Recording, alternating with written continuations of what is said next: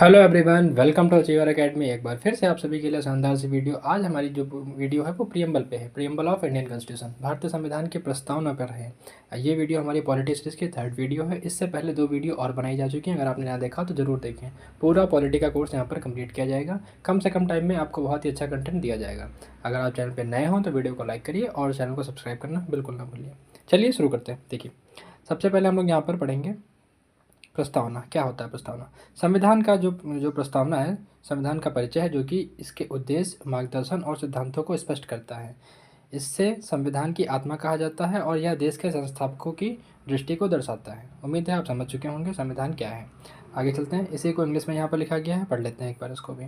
The preamble of Indian constitution of India is the introduction that explain the objective guidance of a principle of constitution. मतलब जो preamble of constitution है India का, वो introduce किया गया, explain करता है किसको? ऑब्जेक्टिव को, गाइडिंग जो प्रिंसिपल हैं उनको। इसी को जो है सोल ऑफ कॉन्स्टिट्यूशन यानी कि वही आत्मा कहा गया है संविधान की, जो कि रिफ्लेक्ट करता है किसका? Vision of founding fathers. ठीक है, उम्मीद है क्लियर हो चुका होगा कि प्रस्तावना है क्या। अब देखते हैं इसके कुछ मेन पॉइंट, जैसे कि की पॉइंट क्या है, मुख्य बिंदु क्या है। देखिए, पहला है जस्टिस। जो इनका मेन ऑब्जेक्टिव क्या है? जस्टिस है यानी कि न्याय है, लिबर्टी है यानी कि स्वतंत्रता है, इक्वालिटी है यानी कि समानता है, और फ्रेटर्निटी यानी कि बंधुत्व है। तो जो मेन ऑब्जेक्टिव है, जो संविधान, जो प्रियम्बल का उद्देश्य है, वो क्या है? न्याय है, स्वतंत्रता है, समानता है और बंधुत्व है। उम्मीद है क्लियर हो गया होगा आपको। चैनल को सब्सक्राइब ना किया हो तो जरूर करते हैं। आगे चलते हैं, नेचर की बात देखते हैं। नेचर यानी स्वरूप, स्वरूप कैसा है इनका?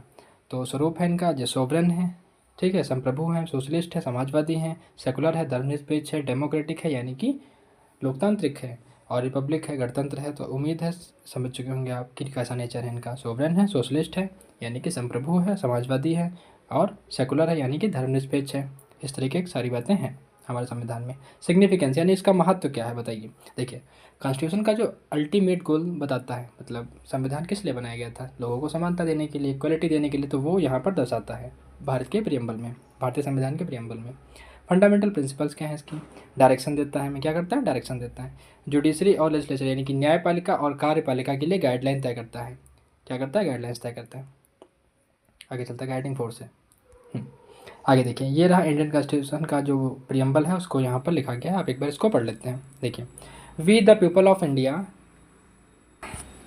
Having the solemnly resolved to constitute India into the sovereign, socialist, secular, democratic and republic to secure all its citizen। ध्यान रखना इसको। We the people of India having the solemnly resolved to constitute India into sovereign, socialist, secular, democratic। ये word पूछे जाते हैं exam में, इसमें से कौन सा है कौन सा नहीं है, तो आपको इनको ध्यान रखना है। सॉवरेन, सोशलिस्ट, सेकुलर, डेमोक्रेटिक और रिपब्लिक। ठीक है, आगे। अब जस्टिस की बात करता है, जैसे कि तो जस्टिस कितने टाइप की हैं? सोशली है, इकोनॉमिक है और पॉलिटिकल है, तीनों। सामाजिक है, आर्थिक है और राजनीतिक है। तीनों प्रकार की स्वतंत्रता न्याय की बात करता है भारतीय प्रस्तावना, भारतीय संविधान की प्रस्तावना। लिबर्टी की बात करते हैं, स्वतंत्रता की बात करते हैं, थॉट की, एक्सप्रेशन की, बिलीफ की, फेथ की, वर्कशिप की। इक्वालिटी ऑफ स्टेटस, अपॉर्चुनिटी, इन सब की भी बात करता है। अब इसको हिंदी में पढ़ लेते हैं एक बार। देखिए, हम भारत के लोग गंभीरता से यह संकल्प करके कि भारत को एक सार्वभौमिक, सामाजिकवादी, धर्मनिरपेक्ष, लोकतांत्रिक गणराज्य बनाएं और इसे सभी नागरिकों को न्याय का कौन कौन से न्याय? सामाजिक न्याय, आर्थिक न्याय, राजनीतिक न्याय, तीनों प्रकार के न्याय की बात की गई है। स्वतंत्रता की बात करें तो विचार हो गया, अभिव्यक्ति की स्वतंत्रता हो गई, विश्वास हो गया, आस्था हो गया और पूजा की हो गई। तो इस सब चीज़ों की स्वतंत्रता भारतीय संविधान आपको देता है।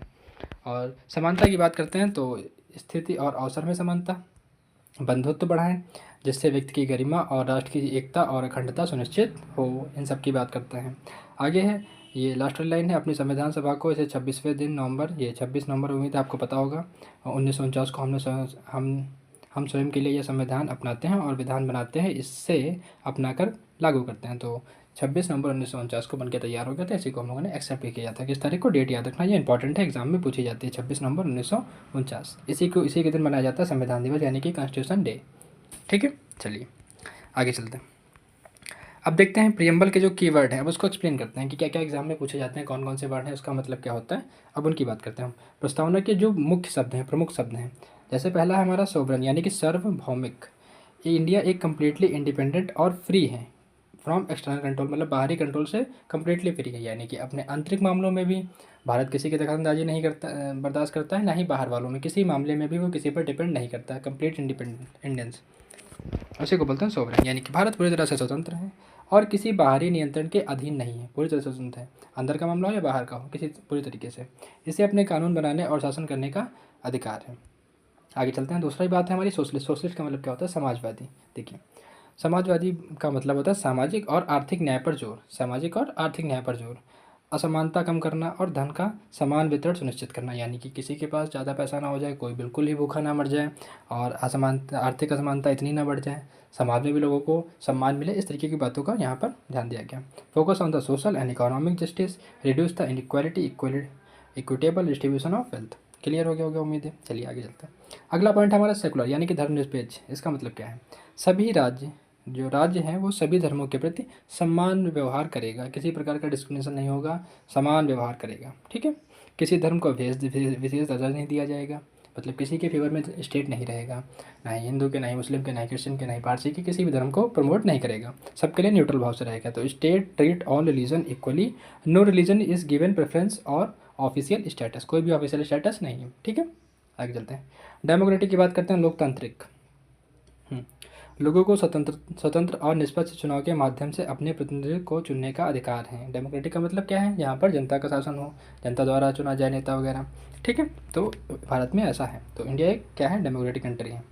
आगे चलते हैं। गणराज्य यानी कि रिपब्लिक। इसका मतलब क्या है समझिए। ठीक है। राज्य का जो प्रमुख है यानी कि राष्ट्रपति है वो निर्वाचित होता है, राजा की तरह वंशगत नहीं है, यानी कि जो इंडिया के जो हेड हैं उनको सिलेक्ट किया जाता है इनडायरेक्टली, जो जनता ही उनको चुनती है। जनता चुनती है एमएलएस को, एमपीज़ को, वो चुनते हैं किसको? प्रेसिडेंट ऑफ इंडिया को। उम्मीद है समझ गए होंगे। तो इस तरीके से भारत एक गणराज्य है, रिपब्लिक है।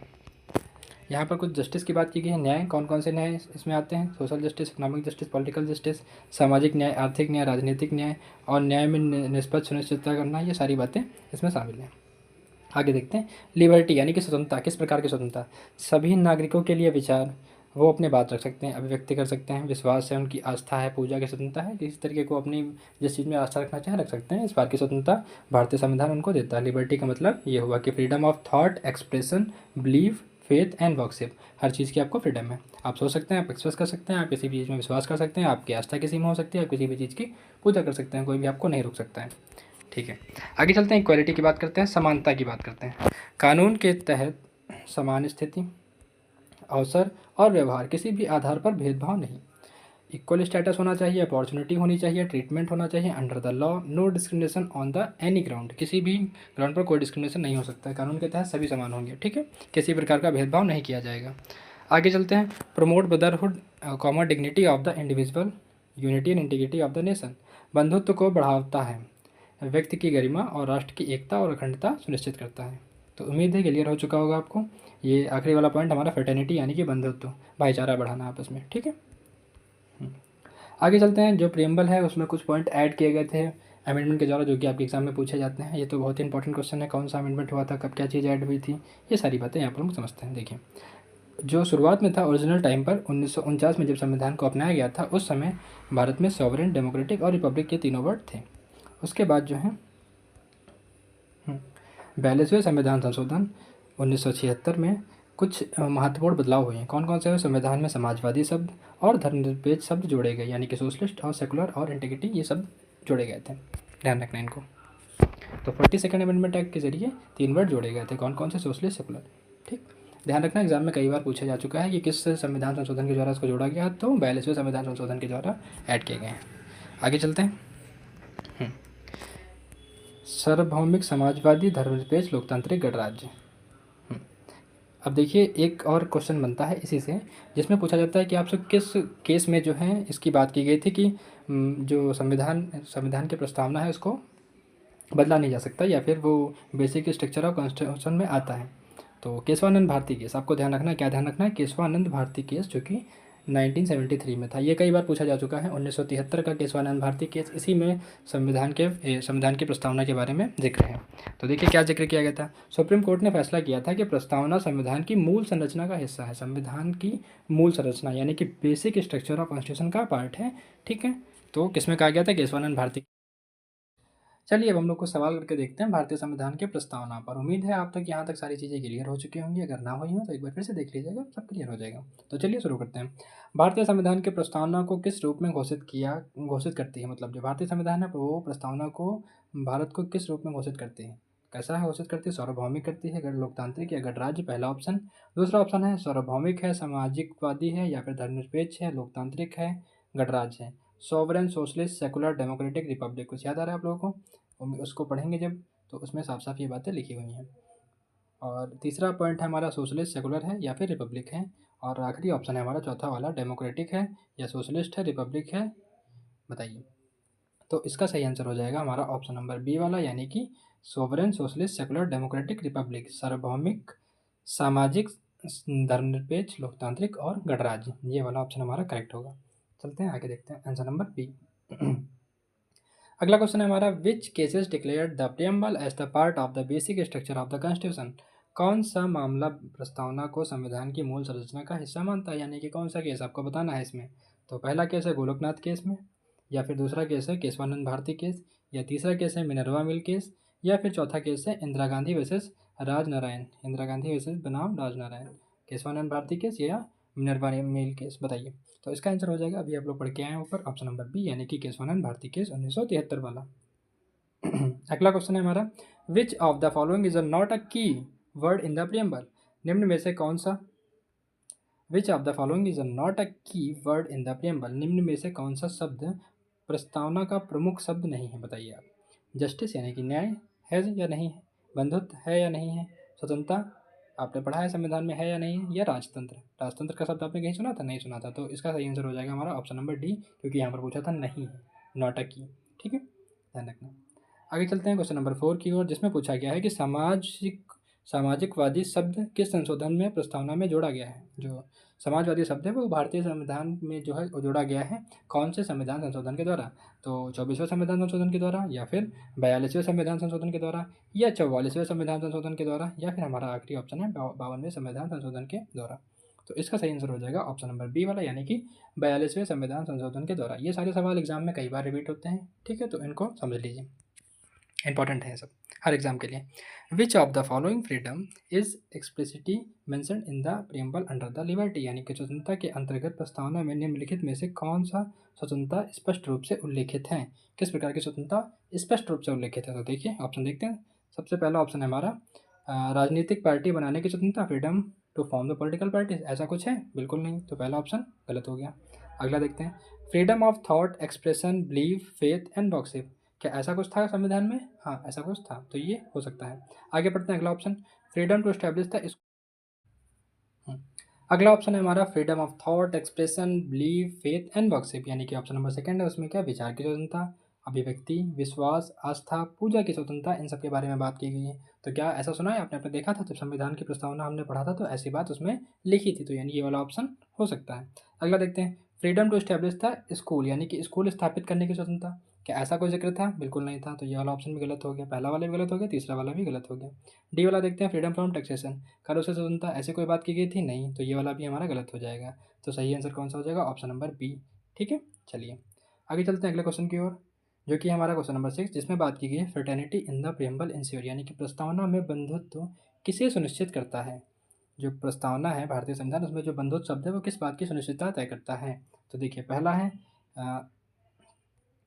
है केवल समानता, दूसरा है राष्ट्र की एकता और अखंडता, unity and integrity of nation, तीसरा है राज्यों की राजनीतिक शक्ति, ऐसा कुछ कोई बात थी, फाइनेंशियल जस्टिस, बिल्कुल नहीं, ये भी काट दीजिए, ये भी काट दीजिए, इसका कौन सा बचेगा?